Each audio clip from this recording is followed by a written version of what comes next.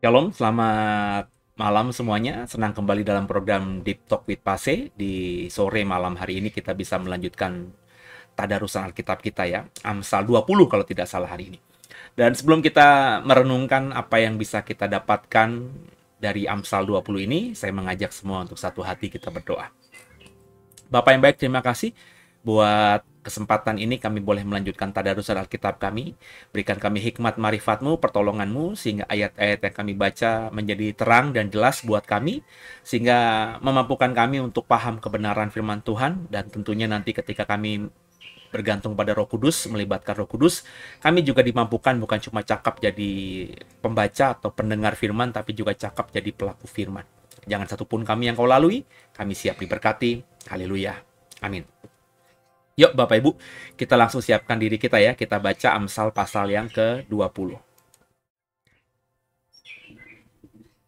Ya, Amsal 20 ayat yang pertama bersama saya. 3-1 ya. Anggur adalah pencemooh, minuman keras adalah peribut. Tidaklah bijak orang terhuyung-huyung karenanya. Kegentaran yang datang dari raja adalah seperti raung singa muda. Siapa membangkitkan marahnya membahayakan dirinya. Terhormatlah seseorang jika ia menjauhi perbantahan. Tapi setiap orang yang bodoh membiarkan amarahnya meledak. Pada musim dingin si pemalas tidak membajak. Jikalau ia mencari pada musim menuai, maka tidak ada apa-apa. Rancangan di dalam hati manusia itu seperti air yang dalam. Tapi orang yang pandai tahu menimbanya. Banyak orang menyebut diri baik hati, tetapi orang yang setia, siapakah menemukannya? Orang benar yang bersih kelakuannya, berbahagialah keturunannya. Raja yang bersemayam di atas kursi pengadilan dapat mengetahui segala yang jahat dengan matanya. Siapakah dapat berkata, aku telah membersihkan hatiku, aku tahir daripada dosaku. Dua macam batu timbangan, dua macam takaran, dua-duanya adalah kekejian bagi Tuhan. Anak-anak pun sudah dapat dikenal daripada perbuatannya, apakah bersih dan jujur kelakuannya. Telinga yang mendengar dan mata yang melihat kedua-duanya dibuat oleh Tuhan. Janganlah menyukai tidur, supaya engkau tidak jatuh miskin. Bukalah matamu dan engkau akan makan sampai kenyang. Tidak baik, kata si pembeli. Tetapi begitu ia pergi, ia memuji dirinya. Sekalipun ada emas dan permata banyak, tapi yang paling berharga ialah bibir yang berpengetahuan.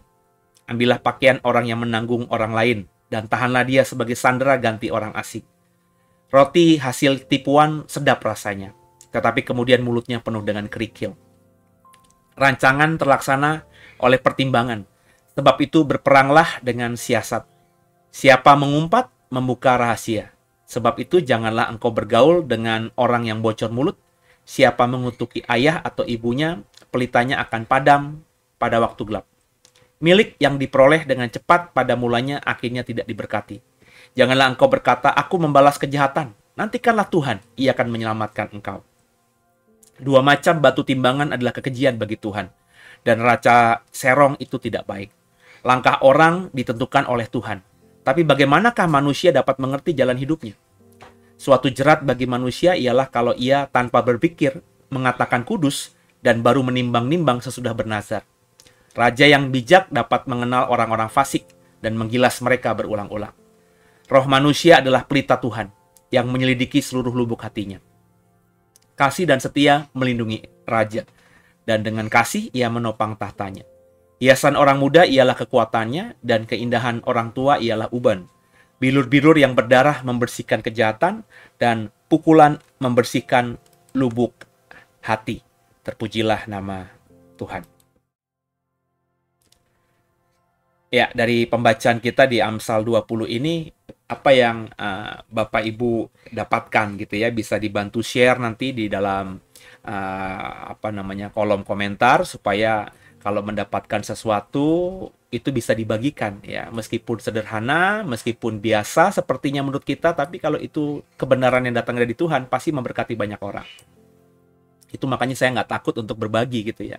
Sebab seperti dalam penjelasan saya berkali-kali dalam program ini, saya sedang tidak berkhotbah atau menggali sebuah ayat. Ya saya hanya baca saja, minta Roh Kudus berikan hikmat, nanti apa yang saya dapatkan itu yang saya sampaikan. ya. Dan meskipun sangat sederhana, saya percaya ada beberapa satu dua orang yang mungkin akan diberkati, ya. Dan memberkati satu dua orang itu membuat surga juga bersukacita, gitu ya. Jadi ayo sama-sama kita belajar untuk berbagi, ya. Sebab bisa saja yang saya lihat tidak Bapak Ibu lihat, sedangkan yang tidak saya lihat Bapak Ibu bisa lihat. Jadi kalau kita tukar informasi, kita tukar rema yang kita dapatkan dari Roh Kudus dari Amsal 20 ini, siapa tahu kita masing-masing bisa menjadi pribadi yang semakin baik lagi di hadapan Tuhan. Besi menajamkan besi, manusia menajamkan sesamanya. Gitu ya saudara ya. Apa yang bisa kita dapatkan dari Amsal 20 tadi? Di kalimat-kalimat akhir tadi sih ya yang saya notice gitu ya, bahwa kalimatnya roh manusia adalah pelita Tuhan yang menyelidiki seluruh lubuk hatinya. Itu kenapa sering banyak kita orang tua berkata kepada anaknya, Tuhan tuh bisa melihat hatimu yang paling dalam, tahu nggak sih nak, gitu ya. Jangan bohong, jangan dusta, kau bisa membohongi manusia tapi tidak bisa membohongi Tuhan. Kenapa? Tuhan sanggup melihat hati kita. Rupanya Salomo juga memahami ini. Jadi apa yang kita perkatakan di tahun 2000-an, ketika Bapak Ibu dan saya sudah memiliki anak, dan mungkin juga orang tua kita dulu ketika kita masih kanak-kanak, berarti kalau saya usianya sudah mendekati 50, zaman saya anak-anak usia tahun 70, tahun 80-an gitu ya. Orang tua saya seingat saya dengan bahasa yang mungkin tidak tajam, tapi ya sering mengatakan begitu, atau pernah mengatakan begitu dengan bahasa mungkin yang dengan bahasa yang berbeda gitu ya. Bahwa Tuhan tuh sanggup melihat. Dan rupanya apa yang dipahami oleh orang tua kita, dibagikan kepada kita, terus kita tahu, kita paham, kita bagikan kepada anak kita itu sudah ada sejak Salomo. Jadi makanya saya selalu berkata bahwa di muka bumi ini kayaknya yang orisinil tuh nggak ada. Yang ada tuh pembaharuan saja, ya, penajaman saja. Tapi sebenarnya kalau kita bicara tentang apapun di bumi ini, ya itu sudah terjadi di masa lalu, sudah dilakukan orang di masa lalu, ya. Visi misi yang kita keluarkan hari ini, ya mungkin bahasanya saja teknisnya berbeda, tapi itu juga merupakan visi dan mimpi dari misi dan visi orang-orang yang hidup di masa lalu. Hikmat dan kata-kata bijak yang kita dengar dari orang-orang yang disebut berilmu ya hari-hari ini, itu saya percaya ribuan tahun yang lalu ketika dunia masih primitif juga sudah dibagikan oleh orang yang sudah lanjut usianya kepada yang masih muda. Kata Salomo ya, roh manusia itu pelita Tuhan. Dan kita tahu dong kalau kita punya pelita, kata Yesus pelita itu harus jangan ditaruh di bawah gantang, tapi harus ditaruh di tempat tinggi supaya menerangi. Dan pelita itu ya lampu maksudnya kan, ya. Jadi terang gitu. Tadi semalam tiba-tiba jam berapa? Setengah 2 apa jam 2-an itu mati lampu di rumah saya. Ya, nggak lama gitu, tapi nggak pernah, jarang sekali tiba-tiba mati lampu. Maka saya langsung keluar karena ngerasa tek gitu kan. Saya kalau tidur tuh nggak bisa tidur kayak kecuali capek sekali ya, tidur kebo itu kata bahasa orang Betawi ya, artinya mau ada gempa bumi juga nggak kerasa. Tapi saya tuh kalau tidur ya, kalau dalam situasi tidak capek sekali ya, tidurnya ada gerakan dikit aja langsung bangun, ada suara dikit aja langsung bangun. Jadi ketika saya lagi tidur terus tiba-tiba tek gitu ya, kok ada kerasa nih ya, ada suara gitu. Dan ketika saya buka gelap gulita karena meskipun malam tapi ada beberapa titik di rumah itu lampunya nyala, jadi masih ada bayang-bayang, ada bias cahaya lah gitu ya. AC juga saya lihat mati, oh ini mati lampu.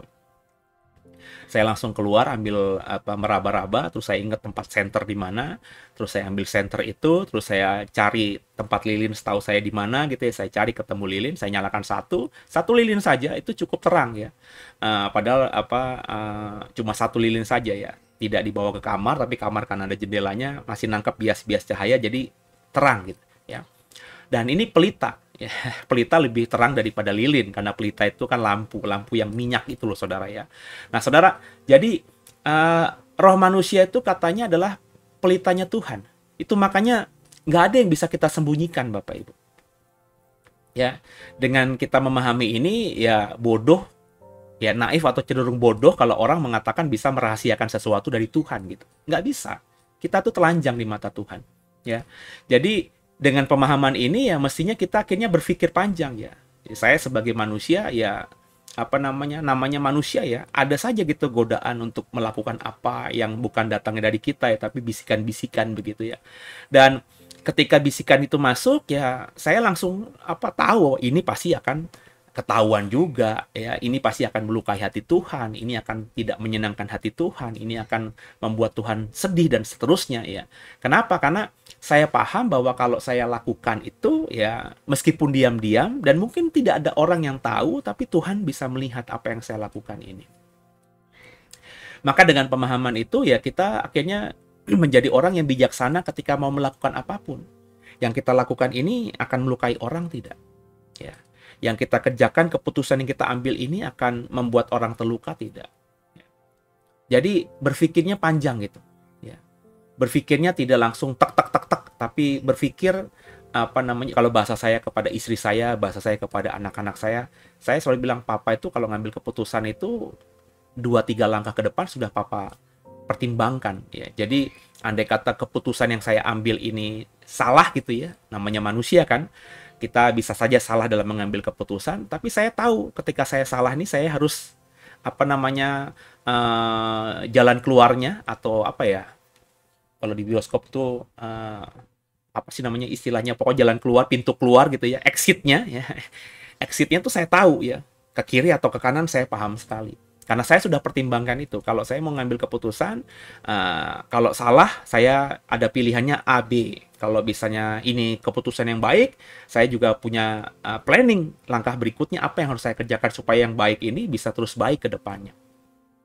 Nah, inilah yang apa namanya membuat akhirnya kita jadi bijaksana dalam mengambil keputusan itu. Ya, karena tadi ya, setiap apa yang ada di hati kita itu Tuhan tahu, karena roh manusia, ingat ya, manusia itu kan punya roh. Roh yang dari Allah loh saudara, bukan roh manusia. Manusia itu nggak punya roh mandiri. Manusia itu tidak menghasilkan roh sendiri. Roh yang dalam diri manusia itu ya, apapun pengajarannya agama-agama lain mungkin agak berbeda gitu ya. Ada yang bilang sukma lah, ada yang bilang apalah. Tapi jelas bahwa manusia itu punya roh yang dari Allah. Meskipun manusia sekarang kan agamanya berbeda, sukunya berbeda, tapi kan kita semua adalah anak cucunya Adam. Ya, tentu Adam menceritakan ini kepada anak cucunya, dan ketika kemudian nanti sudah menjadi bangsa yang besar, terus mungkin mulai ada bias-bias, ada mulai tidak tepat ya dalam menjalankan atau mendengarkan atau melanjutkan pengajaran lisan. Ingat ya, dulu belum ada tulisan, belum ada fotokopi, jadi pengajaran tulisan. Nah, pengajaran lisan itu kan cenderung bisa berubah atau bertambah atau berkurang karena tergantung manusianya. Kalau manusia berhikmat, pemahaman yang kita dapatkan dari orang tua kita mungkin kita bisa pertajam. Karena kita berhikmat, maka pengajaran kita lebih bagus daripada apa yang diajarkan orang tua. Tapi ada kalanya kan pengajaran kita tuh orang biasa gitu, sehingga akhirnya apa yang kita dapatkan dari orang tua ketika kita deliver ke anak kita itu malah bias ya, malah tidak tepat gitu ya. Nah, akhirnya ketika banyak bangsa juga akhirnya memiliki kepercayaannya sendiri, pemahamannya berbeda-beda. Tapi intinya manusia itu bisa seperti sekarang karena dihembuskan roh Allah.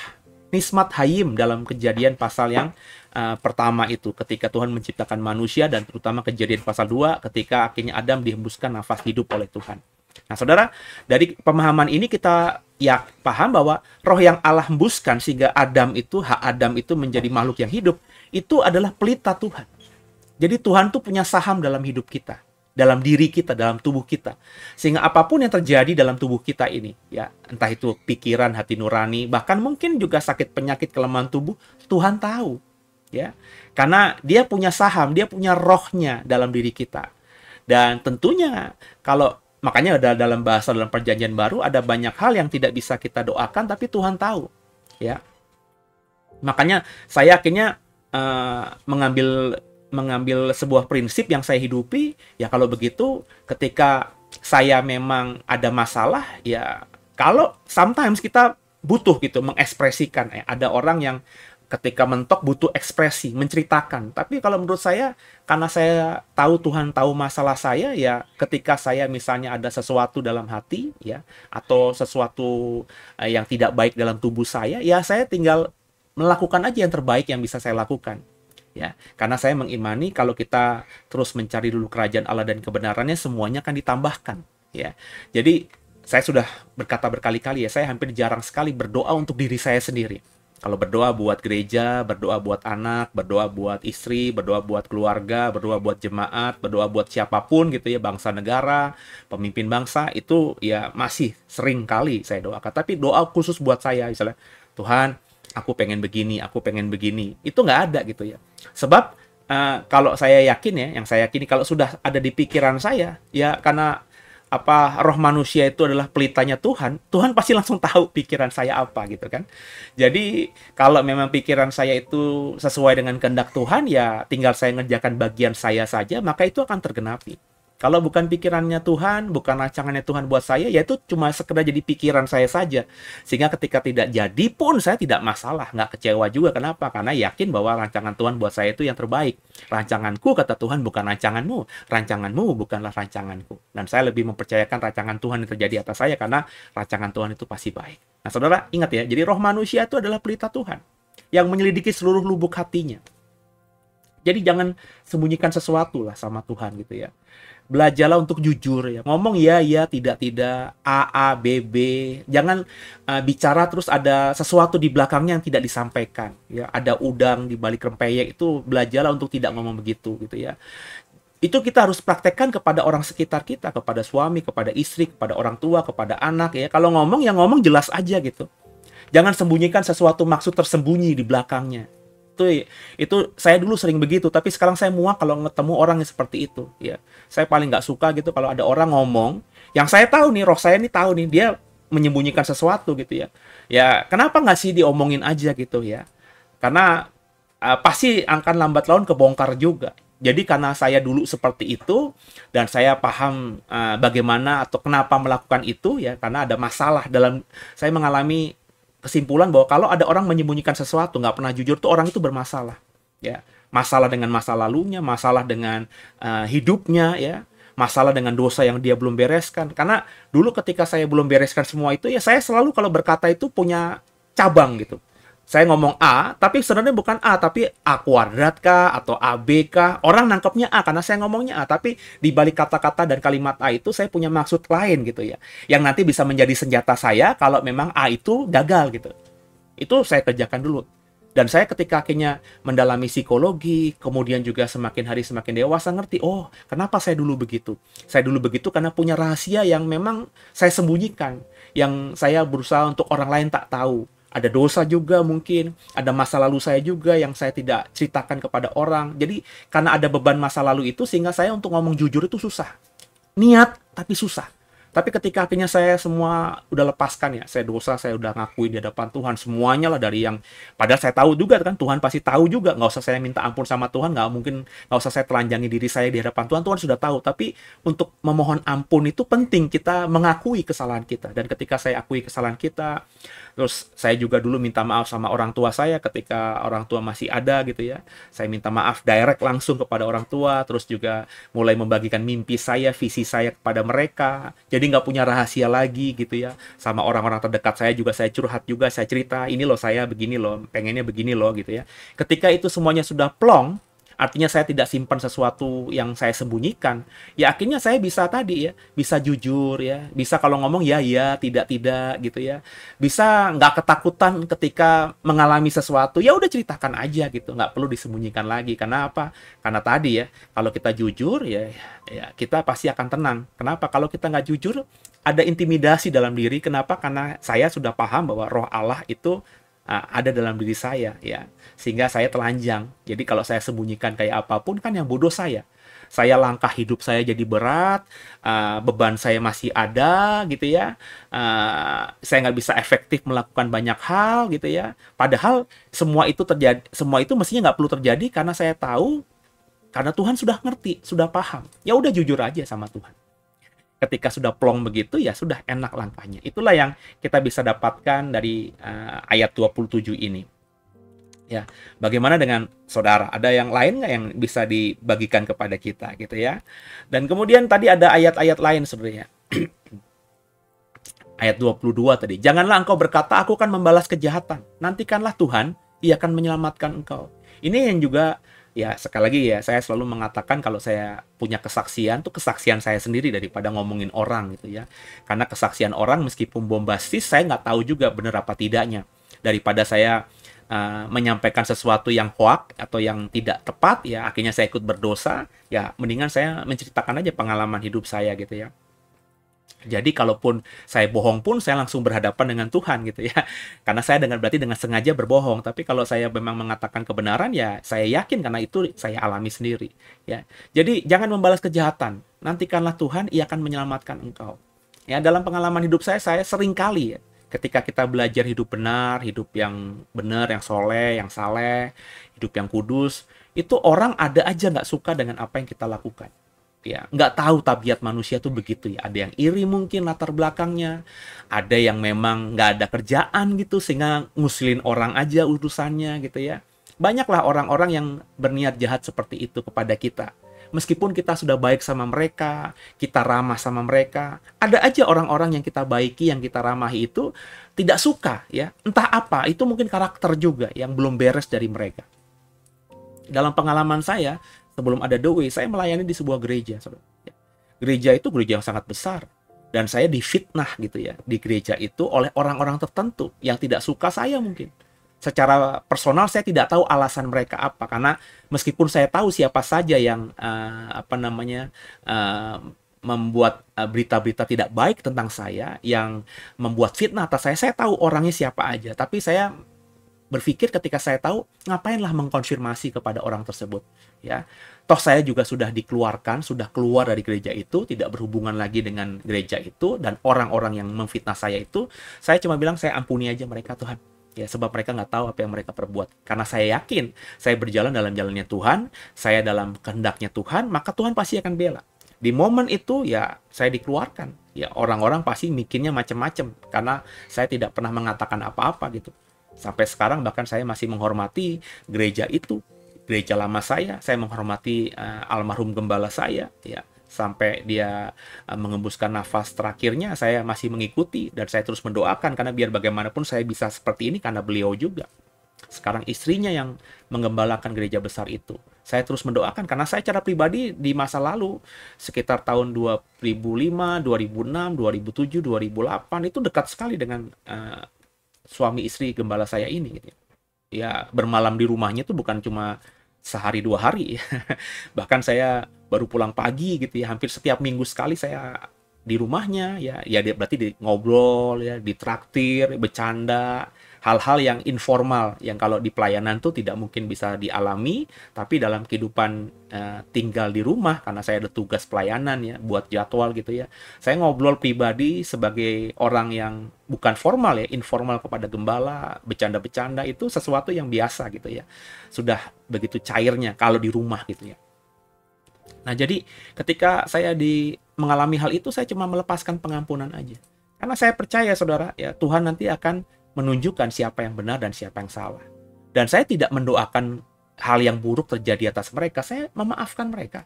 Ya, saya bilang sama orang-orang yang menginformasikan, Pak Seno, ini loh orang ini loh yang motong-motong khotbahnya Pak Seno. Ini loh orang-orang ini yang memberitakan khotbah yang dipotong-potong itu disampaikan ke gembala, memprovokasi dengan kalimat-kalimat tambahan-tambahan. Mereka tuh ada satu dua yang ceritakan itu kepada saya. Berarti kan saya dapat konfirmasi. Dan saya memang sudah feeling orang itu gitu ya. Nggak tahu gimana, pokoknya kalau kita dekat dengan Tuhan tuh ada feeling aja gitu ya. Dan akhirnya ketika dapat peneguhan, saya tahu banget siapa orang itu. Dan bahkan ada satu orang di antaranya itu yang sebenarnya sama saya sering saya bantu dalam banyak hal ya. Dia selalu manggil saya Kak gitu ya. Saya dan keluarganya dekat sekali ya, ketika orang tuanya meninggal juga saya yang termasuk yang membantu, dalam artian juga melawat, terus juga membantu apa yang saya bisa bantu gitu ya, karena memang ada kedekatan gitu, lokasi rumah kami dekat, pelayanan kami, saya dulu sering ke cabang yang tempat dia melayani, jadi dengan dia, dengan keluarganya, dengan adiknya, dengan istrinya saya cukup dekat, meskipun tidak akrab tapi tahulah, bukan sekedar tahu tapi kenal lah ya, kenalkan lebih dalam daripada sekedar tahu. Dan saya juga tidak habis pikir kenapa orang ini kok seperti itu kepada saya cuma lepaskan pengampunan aja. Dan ya ketika Tuhan akhirnya berkarya, ya Tuhan akan menunjukkan orang-orang itu yang saya dapatkan informasi, meskipun saya tidak lagi memperhatikan, karena bagi saya kalau saya sudah mengampuni, udah mengampuni aja ya. Nggak perlu saya datengin dia, minta klarifikasi, kenapa lo gitu sama gue, saya serahkan aja sama Tuhan. Dan akhirnya beberapa waktu kemudian saya tahu orang ini juga dikeluarkan dari gereja itu, karena kesalahan kalau orang ini, ya, yang saya dapatkan informasi kesalahan dan lain sebagainya. Jadi, Jadi Tuhan akan menunjukkan. Jadi jangan kita balas yang jahat dengan yang jahat. Udah ampuni aja. Pembalasan tuh bukan urusannya kita. Penghakiman tuh bukan urusannya kita. Itu bagiannya Tuhan. Ya, jadi dalam Amsal Salomo pada hari ini juga kita diingatkan lagi oleh Salomo untuk menjadi pribadi-pribadi yang tadi ya, yang memahami prioritas hidup tuh mana yang harus dikerjakan dengan sempurna. Jangan mengerjakan hal-hal yang sia-sia gitu ya. Juga tadi diingatkan oleh Salomo, janganlah menyukai tidur, supaya engkau tidak jatuh miskin. Bukalah matamu dan engkau akan makan sampai kenyang. Jadi orang yang malas kan ini kan berarti tidur ya, tidak melakukan apapun ya. Hari-hari ya tidur ya, tidak melakukan kreasi apapun atau menghasilkan suatu karya apapun gitu ya. Karena soal kerja kan orang berbeda-beda pekerjaannya. Ada orang yang kerja ngantor, buka toko dari pagi sampai malam.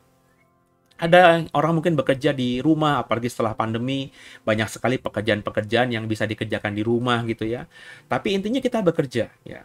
Kita harus mempersiapkan diri, harus berkarya ya. Jangan jadi orang yang malas, sebab kalau orang malas itu ya kita akan miskin. Ya. Tapi kalau orang yang buka mata ya, maka kata Salomo dia akan makan sampai kenyang. Artinya orang yang bekerja, orang yang cekatan, orang yang mau berkarya, orang itu pasti akan makan sampai kenyang ya. Artinya dia tidak akan mengalami kelaparan dan seterusnya dan seterusnya.